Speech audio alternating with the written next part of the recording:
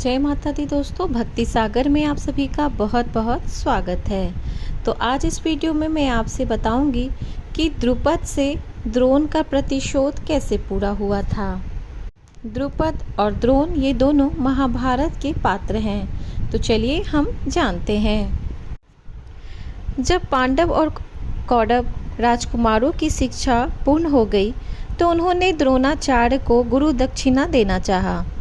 द्रोणाचार्य को द्रुपद के द्वारा किए गए अपने अपमान का स्मरण हो आया और उन्होंने राजकुमारों से कहा, राजकुमारों, यदि तुम गुरु दक्षिणा देना चाहते ही हो तो पांचाल नरेश द्रुपद को बंदी बनाकर मेरे समक्ष प्रस्तुत कर दो। यही तुम लोगों की गुरु दक्षिणा होगी।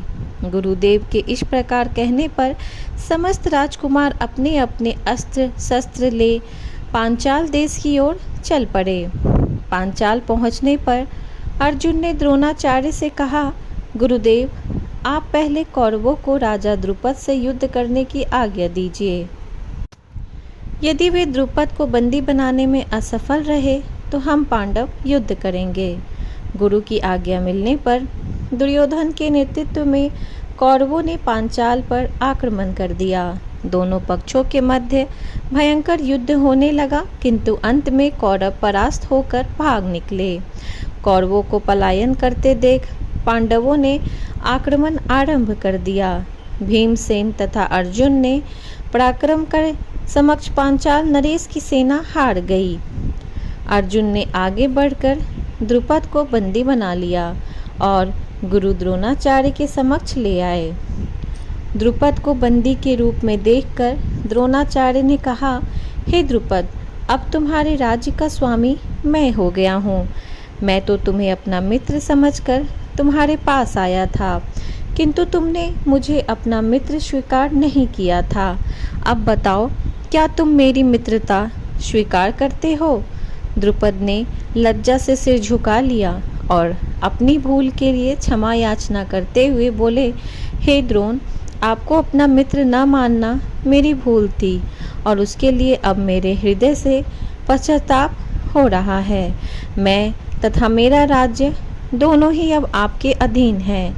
अब आपकी जो इच्छा हो वो करें आप।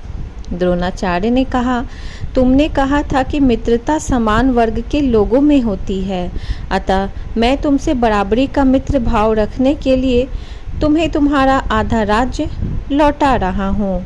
इतना कहकर द्रोणाचार्य ने गंगा नदी के दक्षिणी तट पर राजद्रुपद को सौंप दिया और शेष को स्वयं रख लिया। कालांतर में पांडवों ने बहुत सी अन्य विद्याओं का अध्ययन किया। भीमसेन ने बलराम को गुरु मानकर खंभ गदा आदि की शिक्षा प्राप्त की। इस समय तक युधिष्ठिर के गुणों की प्रशंसा देश देशांतर में होने लगी। समय आने पर धृतराष्ट्र ने युधिष्ठिर को युवराज के पद पर आसीन कर दिया। तो दोस्तों, अगर आपको ये मेरी दी गई जानकारी अच्छी लगी हो तो मेरे इस वीडियो को एक लाइक ज़रूर करें, अपने दोस्तों में, अपने परिवार में ज़रूर शेयर करें।